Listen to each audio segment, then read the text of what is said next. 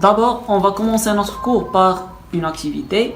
Les fruits, comme beaucoup d'autres produits qui proviennent de la nature ou qui sont fabriqués, renferment plusieurs substances chimiques. يعني الفواكه مثلها مثل مجموعة من المنتوجات التي تأتي من الطبيعة أو مصنعة تتكون من مجموعة من المواد الكيميائية. Dieu nous a doté de 5 sens, elles vont nous permettre d'accueillir les premières informations sur un objet ou un produit, par exemple couleur, forme, structure, s'il contient du sucre, s'il contient du sel, s'il sent odeur et agréable ou pas. يعني الحواس الخمس يمكنوننا من استخراج أو معرفة المعلومات الأولية عن شيء أو عن منتوج مثل اللون مثلا, la forme, الشكل, structure s'il contient du sucre, sel, si sans odeur et agréable ou pas. Donc maintenant, on va remplir un tableau qui contient ici les 5 sens, la vue, le toucher, le goût, l'odorat, l'ouïe. Et ici, des caractéristiques d'un produit. Donc on a un produit qui est coloré, donc on utilise le sens et le vue. C'est bon? Et odorante, on utilise l'odorat. Lisse, on utilise le toucher, et salé, on utilise le goût. Donc, par exemple, un produit acide, pour dire un produit acide ou base ou neutre, donc on n'a aucun sens me permet de dire si un produit acide ou base ou neutre. Contient de l'eau, aussi on n'a aucun sens. Contient de gaz, aussi on n'a aucun sens. Donc, on dit que les sens utilisés, les 5 sens utilisés, ne suffit pas pour identifier la présence de toutes les espèces chimiques. Donc, en conclusion, les sens ne peuvent pas identifier tous les constituants du fruit. Donc, pour les caractéristiques qui ne peuvent pas être reliées aux 5 sens, donc on va proposer des tests permettant de mettre en évidence ces caractéristiques.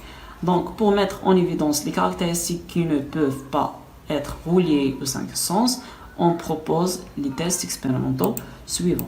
Donc, le premier, comment peut-on savoir expérimentalement si une pomme contient de l'eau?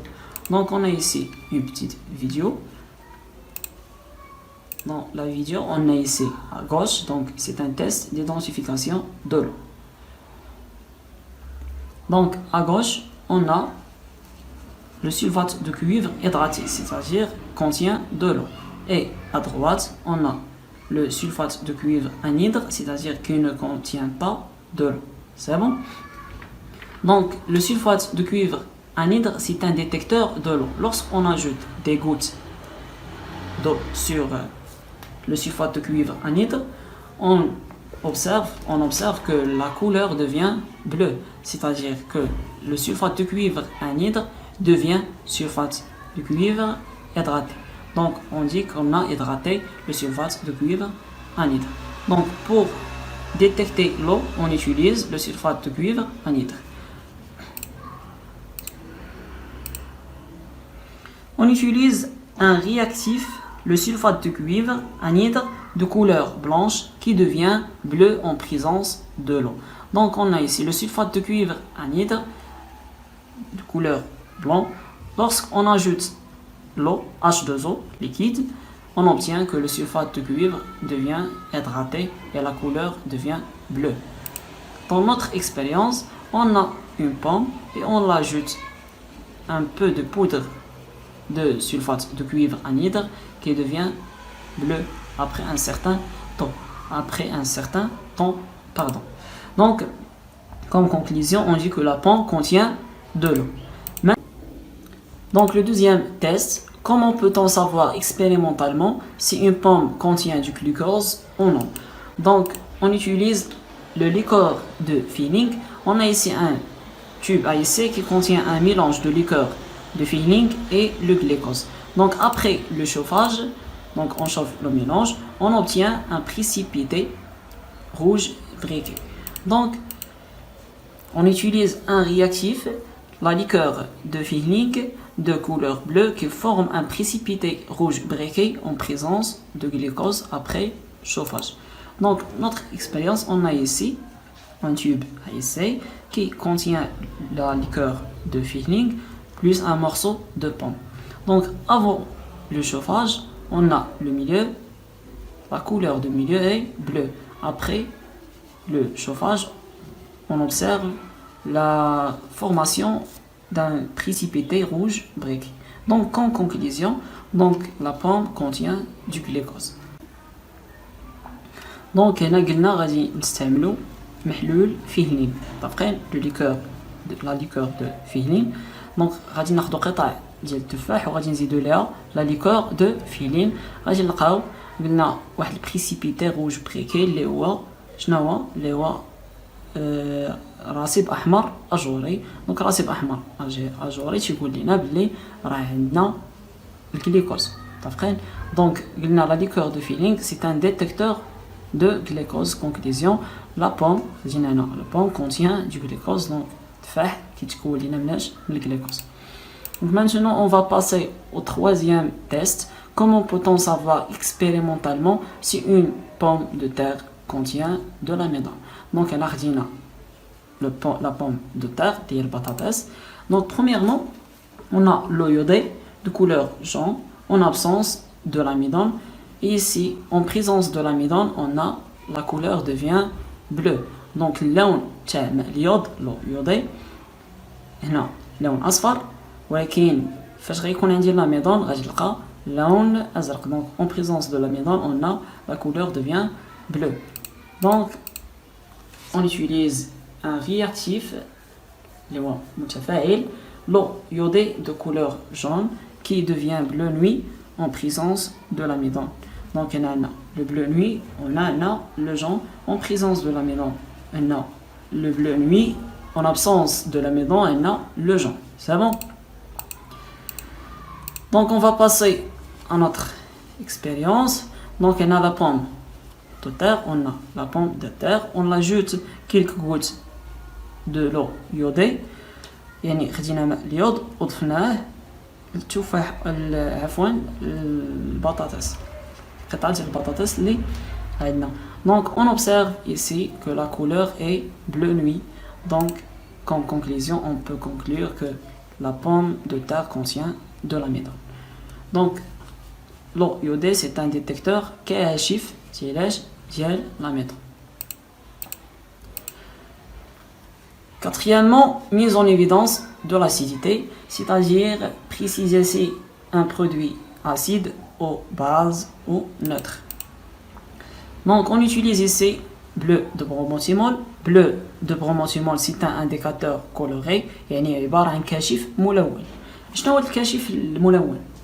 L'indicateur coloré تياخد لينا واحد اللون يعني prend un couleur dans un milieu basique et un autre couleur dans un milieu acide. Par exemple ici, donc on a ici un milieu acide, donc le bleu de bromothymol prend la couleur jaune. Donc tu conserves le milieu اللي هو acide. Ici on a un milieu basique, donc on a un couleur bleue. En milieu acide, BBT, c'est-à-dire bleu de bromothymol, كاشف ملون prend une couleur jaune يعني تكون عنده اللون الأصفر. Ici en milieu basique, le BBT, bleu de bromothymol, prend une couleur bleue. Donc ها هي l'expérience ديالنا. شنو عندنا هنا قطع ديال التفاح c'est bon. Donc quelques morceaux d'une pomme et on l'ajoute BBT, c'est-à-dire bleu de bromothymol. Donc on obtient ici la couleur jaune, c'est-à-dire c'est un milieu acide, c'est-à-dire que la pomme est acide. Donc en présence du mélange morceau de pomme plus l'eau distillée, le BBT, c'est-à-dire bleu de bromothymol, vire au jaune. Donc maintenant, la résumé. Substance est un matériau solide, liquide, gaz. composé de plusieurs espèces chimiques, par exemple pomme, orange, liquide. Donc substance واحد المادة ما هي إلا واحد la substance ما هي إلا واحد المادة إما صلبة أو لا سائلة أو لا gaz composé de plusieurs espèces chimiques. Donc on a la substance chimique soit mélange soit un corps pur. Le corps pur هو اللي كنسميوه espèce chimique. C'est bon? Donc le mélange, par exemple, on a une pomme contient d'un mélange des espèces chimiques. Donc par exemple on a le glucose, l'eau, etc. Par exemple le corps pur, l'eau, fer, cuivre. Donc on a la substance chimique qui nous faire le mélange, qui nous faire le corps pur appelé espèce chimique. Donc l'espèce chimique est un ensemble constitué d'un seul type d'entité chimique, c'est-à-dire c'est un corps pur, par exemple l'eau, fer, glucose, etc. L'utilisation des 5 sens ne suffit pas pour identifier la présence de toutes les espèces chimiques. C'est bon? Par exemple la présence de l'eau ou l'acidité, donc في هذا الحال ميمكنليناش نعرفوها بالاعتماد على les 5 sens ديالنا. Donc on utilise des autres tests.